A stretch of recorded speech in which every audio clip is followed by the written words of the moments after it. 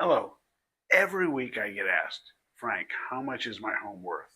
So today what I'm going to talk about is how I go through the process of determining how much your home is worth in Loomis, California. Now, the process is the same whether it's Loomis or Detroit, Michigan, or San Diego, other cities that I've lived in. So same process, but I'm going to talk a little more about a rural area of Loomis, California. So the first thing I'm going to look at is the location, and I'm physically going to look at a map, online.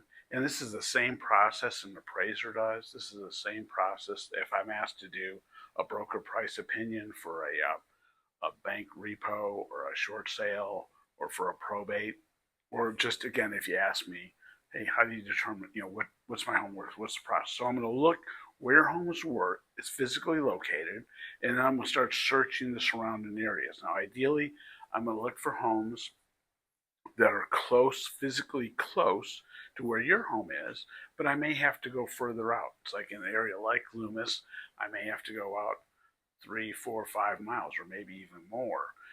And although there are parts of Loomis that are very residential, and there I may only have to go out maybe a quarter of a mile or a half a mile.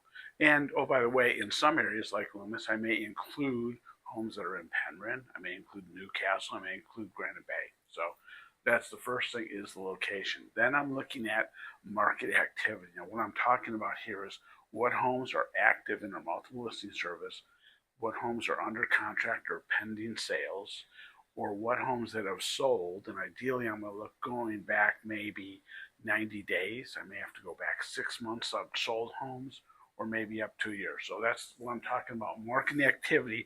I'm looking in the search radius. I'm looking for homes that are on the market, active, that I can show a person, or under contract. I'm looking for homes that are under contract. I can't show them though, but I can see, okay, that home's, somebody made an offer and they accepted an offer on that home.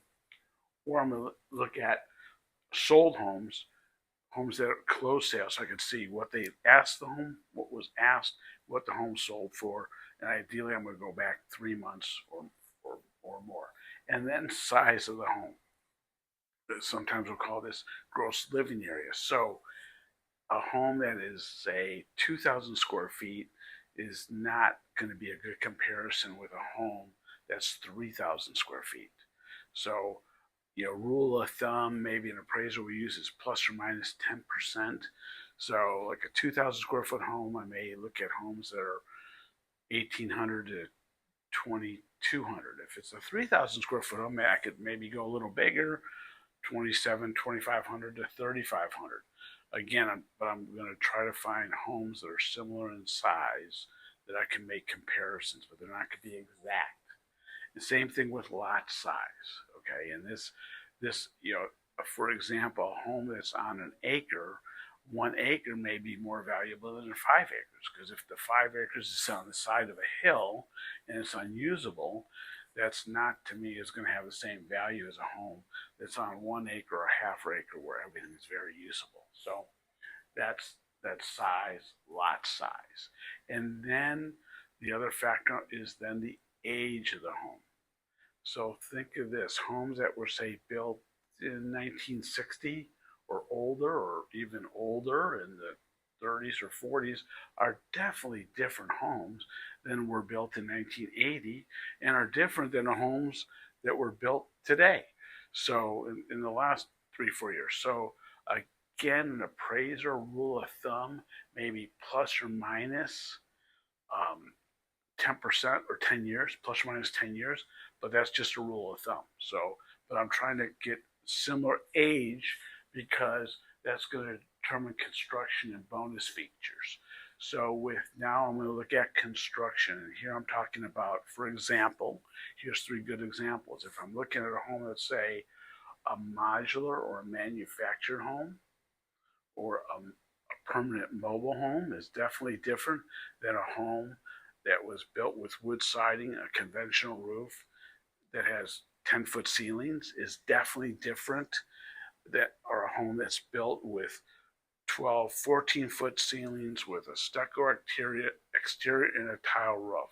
So that the construction of the home is going to factor. And along with construction, I'm looking at finishes, right? So is the home has a kitchen that's from 1960 and has never been updated. You could spend $15,000 redoing the kitchen. You could spend $30,000 on a kitchen. You could spend $100,000 in a kitchen, and the sky is the limit, right? And that's just talking about, say, kitchens. And then also, I'm going to be looking at, say, bonus features. Like for here, does the home have a pool? And is a pool add value? Well, yes. Today, right now, July 31st, is 100 degrees outside. Yes, people want pools. Now, is a pool that was built 20 years ago that needs to be resurfaced, is that as much value going to add to the property as a pool that was built last year where they spent 80, 90, $100,000 with all the hardscape going around it? So again, these are the factors. This is where as we go through, it's kind of an iterative process or repetitive process. So again, I start with location, I start with homes, what's on the market and what's sold. I look at size, lot size, age, and then we look at construction, and then we look at all the bonus features. So if you want to know how much your home is worth, shoot me a text, give me a call, or send me an email, and have a great day. Bye bye.